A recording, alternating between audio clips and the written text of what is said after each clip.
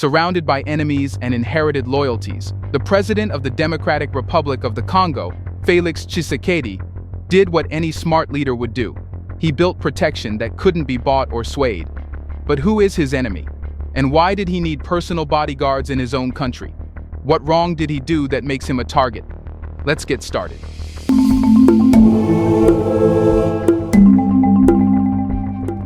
When a nation has been haunted by decades of conflict, corruption, and foreign meddling, the most dangerous threat is not always the one holding a gun. It's the one wearing your uniform, but saluting someone else. Félix Tshisekedi understood this the moment he stepped into power. The seat he inherited was not just symbolic, it was a throne surrounded by landmines. He didn't just take office, he entered a system that still echoed with the footsteps of Joseph Kabila. The army, intelligence services, and even parts of the presidential staff had been cultivated for years under Kabila's rule. So before he could move the country forward, Tshisekedi had to do something far more critical. He had to make sure his own house was truly his. This wasn't paranoia, it was logic. Congo's history doesn't allow presidents to lead on goodwill alone. The country has seen coups, backroom deals, and armed betrayals all too often. So when Tshisekedi began shifting security forces under his direct command, he wasn't seizing power. He was reclaiming it. At the heart of this effort is the Garde Républicaine, or Republican Guard, an elite force whose only mission is to protect the presidency, and by extension, the republic itself. While some might view it as a parallel army, it's more accurate to call it a firewall, an internal structure meant to insulate the head of state from the instability that the broader armed forces could not yet be trusted to contain. Unlike the regular military, the Republican Guard does not report to traditional defense channels. It is part of the president's maison militaire, a personal military household answerable only to the commander-in-chief himself.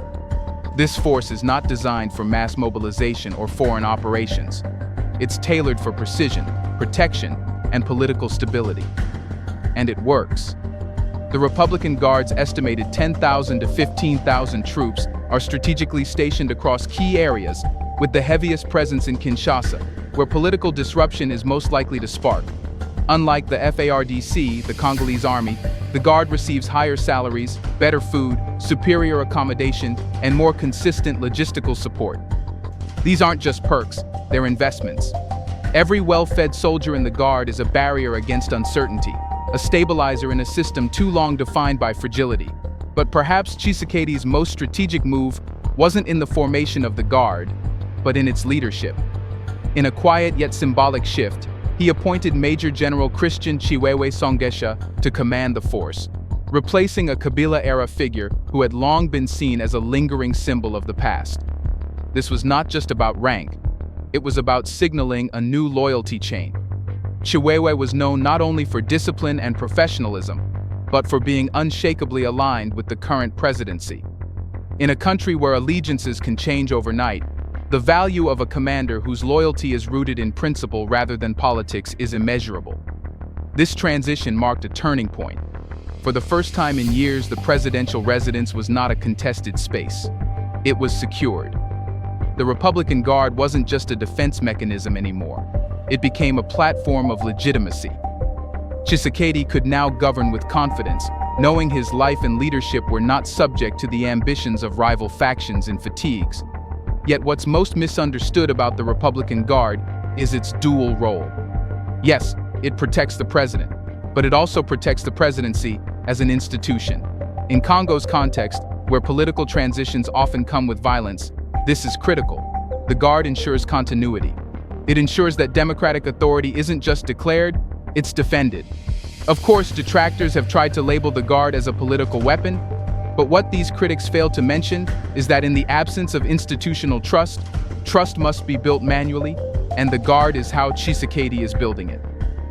By handpicking its leadership, maintaining operational discipline, and ensuring transparency in its deployment, he's demonstrating that loyalty and legality can exist in the same sentence. This isn't a return to militarism. It's a conscious decision to secure the future of a civilian-led government, one that refuses to be held hostage by legacy factions or hidden threats. The question isn't whether the Republican Guard should exist, it's whether any president in Tshisekedi's position could survive without one. Because when the weight of the past is still sitting on your back, you don't gamble your country's future on the hope that yesterday's generals won't sharpen their knives again. Once the Republican Guard was secured, retrained, and loyal, Félix Tshisekedi still faced a brutal reality. In a country as fractured as the DRC, even your most loyal men can be infiltrated. That's not pessimism. That's Congo's post-conflict legacy. Here's a reminder to please like and share the video and subscribe to our channel to watch more videos on Black culture, history, civilization, and identity. Let's continue now.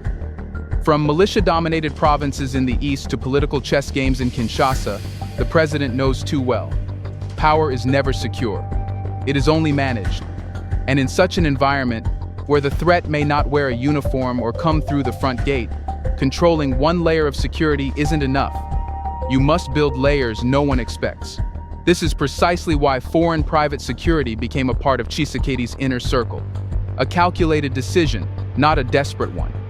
His hiring of Israeli security contractors wasn't about glamour or spectacle.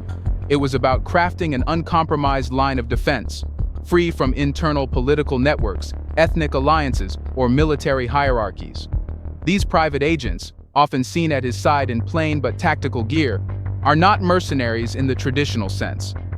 They are specialized contractors with backgrounds in Israeli defense systems, cyber surveillance, and personal protection logistics. Their task is narrow and focused: presidential safety, intelligence shielding, and mobility control during high-risk engagements. Critics, especially those quick to judge from a distance, have framed this move as excessive. But consider the context. The DRC is not Belgium or Botswana. It is a country where, just years ago, presidents ruled under the threat of coups, with their inner circles compromised by rival factions. The more legitimate a president becomes, especially one breaking from a long-standing regime like Kabila's, the more dangerous his position grows. And let's be honest, if Tshisekedi had failed to shield himself and something had gone wrong, the same voices condemning his security choices today would be the first to ask, why didn't he do more to protect himself? But it's not just about physical safety. These foreign security experts serve a secondary, invisible function: protecting intelligence. In an era where surveillance isn't just about wiretaps, but software, satellites, and encrypted data, Tshisekedi's administration required technical support from specialists beyond what the local institutions could currently offer. And here lies the brilliance of his approach. Rather than waiting years for the internal security and intelligence sector to reform and rebuild, he temporarily filled the gap, bringing in experts who could hold the line while national structures catch up. It's not outsourcing power. It's outsourcing risk responsibly. This decision also adds another dimension to Tshisekedi's foreign diplomacy. The presence of Israeli contractors has opened a channel of quiet but strategic engagement with one of the world's most tech-advanced security states. It sends a message not just to domestic enemies, but also to external actors. This presidency is not isolated. It has eyes, allies, and access beyond Congo's borders. Some ask, doesn't this show weakness? Absolutely not. It shows adaptability. True leadership isn't about pretending your systems are perfect. It's about knowing when to reinforce them. Just as a wise general doesn't march into war without scouts, Tshisekedi didn't march into a volatile presidency without contingency, and the facts speak for themselves. Since these foreign experts became involved, the frequency of credible threats reaching the president's proximity has plummeted. Public engagements have become smoother, more secure, and less prone to last-minute cancellations. Diplomats who visit Kinshasa now comment, often privately, that the presidential environment feels tighter, more modern, and less vulnerable. That's not fear, that's foresight. But what truly sets Tshisekedi apart is that he never allowed these foreign elements to override national sovereignty. They complement the Republican Guard. They don't command it. They advise, protect, and monitor, but they don't intervene in domestic decisions, public policy, or national deployment. Their role is defined, limited, and contractual. In short, they are the president's firewall against the unpredictable, not a foreign occupation force. This layered approach, domestic elite forces paired with international expertise, has become a blueprint quietly studied by other African nations facing similar post-conflict political transitions. Countries like South Sudan, Chad, and even Guinea have sent delegations or informal envoys to observe how the DRC balances national security with external support. It's not perfect, but in a region where presidents often fall because they overestimate loyalty or underestimate threat, Tshisekedi has chosen a third way. Build your base, but never blind yourself to risk. And so, with a loyal Republican Guard behind him and elite international expertise beside him, Tshisekedi has done something rare in Congolese history. He's made the presidential seat not just powerful, but defensible. Still, protection is only one side of leadership. The question now becomes, what is all this security really defending? A man or a mission? The answer is far more complex and more consequential than critics assume.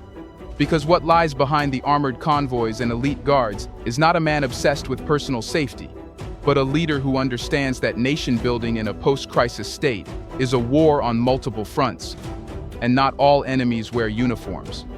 Tshisekedi's presidency was never going to be a quiet one. It began with a nation deeply divided, reeling from years of resource plundering, rebel occupations in the east, and a political system that had long been bent to serve individuals instead of institutions. But Tshisekedi was not stepping into a clean slate. He inherited a structure designed to be controlled, not reformed. The stakes were massive. Any real attempt to democratize the system, decentralize influence, or redistribute national resources would inevitably provoke those who had grown comfortable in Congo's permanent state of chaos. And that is exactly what began to happen as soon as Tshisekedi started enacting unpopular, yet necessary, decisions. He began purging Kabila-era figures from critical state institutions, military leadership, intelligence chiefs, and even the judiciary. He started pushing for greater transparency in mining contracts, cracking open deals that had gone unscrutinized for decades. He challenged the economic monopolies, resisted corrupt procurement patterns, and even proposed electoral reforms to prevent the return of political strongmen. This was not just governance. This was political war, the kind that doesn't unfold on a battlefield, but in cabinet meetings, courtrooms, and policy memos. The kind that doesn't end in explosions but in sabotage, leaks, blackmail, and sudden resignations. And so, the security architecture surrounding Tshisekedi must be seen through this lens, not just as a wall against bullets, but as a firewall against political regression. You don't build that kind of resistance with good intentions alone. You build it with systems, and systems must be protected while they are still fragile. For every reform Tshisekedi pushed forward, there were multiple attempts to block it from behind the scenes. Parliamentarians bribed into rebellion, civil servants lobbied to stall files, even threats on his inner circle, many subtle, some less so. But the president didn't back down. Instead, he widened his lens. Understanding that the fight for Congo wasn't just about Kinshasa or army control, he turned to diplomacy. Tshisekedi doubled down on regional cooperation, building partnerships with Angola, Rwanda, and Uganda, nations with historically tense ties with the DRC. But here, too, he wasn't acting out of weakness. These relationships were forged not just to keep borders calm, but to build a network of shared interest in Congolese stability. He also repositioned the DRC on the international stage, strengthening engagements with the African Union, speaking at the UN about fair trade and climate justice, and reaching out to partners in the EU and China. Because rebuilding a nation's sovereignty isn't just about internal control. It's about commanding respect abroad. Tshisekedi wanted the DRC to stop being viewed as a battleground and start being seen as a partner. This explains why his internal protection and external diplomacy evolved together. If the reforms were to last, the president himself had to endure. And this meant being guarded not just in body, but in institution, agenda, and vision. Some critics say it all looks too calculated. But here's a question. Is that not the definition of leadership in a country recovering from institutional decay? When Tshisekedi shields his administration, it's not because he fears the people. It's because he understands the people have been betrayed too many times before. If one crack forms at the top, it won't just collapse a leader. It could undo everything the country has begun to build. And he knows what failure looks like. He's seen what happens when leaders go unprotected in the DRC: assassinations, coups, civil wars. He's watched promising reforms collapse because reformers didn't protect their momentum. That's not history he wants to repeat, and that's not a risk he's willing to take. What he's protecting, then, is not power for its own sake, but the possibility of a new political era, one where the government functions without being hostage to past patronage. This is why the layers of defense exist, because behind them lies not just a man, but a transition still in progress. But transitions attract enemies, and the deeper Tshisekedi digs into systemic reform, the louder the opposition becomes. Which leads us to a darker truth. Some of the resistance doesn't just want to block reform, it wants to eliminate the reformer. So the question becomes, can this security structure hold when political threats start becoming existential ones? By now, the threats against Félix Tshisekedi aren't just about bullets or attempted coups, they've evolved. The attacks are no longer always visible. They don't arrive in the form of armed men at the palace gates. Instead, they now come disguised as court rulings, media headlines, manipulated leaks, and international whispers carefully designed to destabilize him from within. That's the most dangerous war any reforming leader faces. Not the war for power, but the war for perception. After years of constructing a protective shield, from the disciplined Republican Guard to the calculated use of foreign contractors, and after gradually removing old loyalists and restructuring national command, Tshisekedi now finds himself fighting for the narrative. And in politics, whoever controls the narrative can destroy a man without ever laying a finger on him. The president has understood this better than most. He knew that once reforms began threatening established networks, both inside the DRC and abroad, retaliation would shift from confrontation to invisible sabotage. And that's precisely what has begun to unfold. Take the recent swell of international media stories portraying him as overly militarized or paranoid. These narratives don't ask why the security measures were built. They only critique their existence. They ignore Congo's long history of political betrayal, of power structures infiltrated by rival elites, of rebellion sparked not by rebels, but by corrupted officials in suits. This misrepresentation isn't accidental. It's a strategy. It's designed to isolate Tshisekedi diplomatically, undermine public trust, and open the gates to external manipulation under the guise of human rights or democratic pressure. But these attacks fail to recognize one thing. This presidency isn't running from democracy. It's trying to protect it from being used as a tool for regime change. Even within the region, efforts to destabilize Tshisekedi's leadership have become more coordinated. Factions of the political elite that lost access to resource flows after the reform of mining oversight have begun aligning quietly with foreign actors, leaking internal documents and lobbying Western institutions to scrutinize Tshisekedi's governance. They don't need an army anymore. They have headlines, NGOs, and diplomats. But Tshisekedi isn't oblivious to these maneuvers. He's simply playing a longer game. While critics scream about the optics of his security structure, he's using that very structure to buy time to finish the groundwork of a presidency built on accountability rather than compromise. Because here's the difficult truth. In a nation like the DRC, true reform doesn't make you popular. It makes you a target. And Tshisekedi is perhaps the first leader in decades who understood that surviving reform isn't just about dodging bullets, but outlasting character assassinations. This is why his security network extends beyond uniforms and guns. It includes digital monitoring, counter-propaganda units, trusted intelligence advisors, and direct regional communication channels that bypass the traditional, often manipulated, diplomatic filters. It's a holistic defense system for a presidency that has more enemies than friends, simply because it refuses to play by the old rules. Some say it looks too controlled, but again, that's because they're measuring him against countries with stable institutions, generational civil service, and deep trust in democratic continuity. The DRC has none of these luxuries. Not yet. So Tshisekedi must build the road while walking it, shield himself while teaching others how to hold the line. And it's working, but only just. Because every system, no matter how tight, has pressure points. One badly timed leak, one foreign-sponsored scandal, one internal betrayal too close to home, and everything could unravel. Tshisekedi knows that. It's why he's constantly rotating personnel, diversifying his security command, and even shifting certain responsibilities between domestic and international advisors. He's not doing this out of fear. He's doing it because he understands that when you carry the hope of a nation on your back, your fall isn't just personal, it's national collapse. So, can this security structure survive what lies ahead? That depends not just on its armor, but on how long it can hold before the institutions around it become strong enough to carry the burden themselves. Tshisekedi's ultimate goal isn't to live behind walls forever. It's to build a Congo where the next president doesn't have to. But until then, this structure remains the only thing standing between a fragile democracy and its undoing.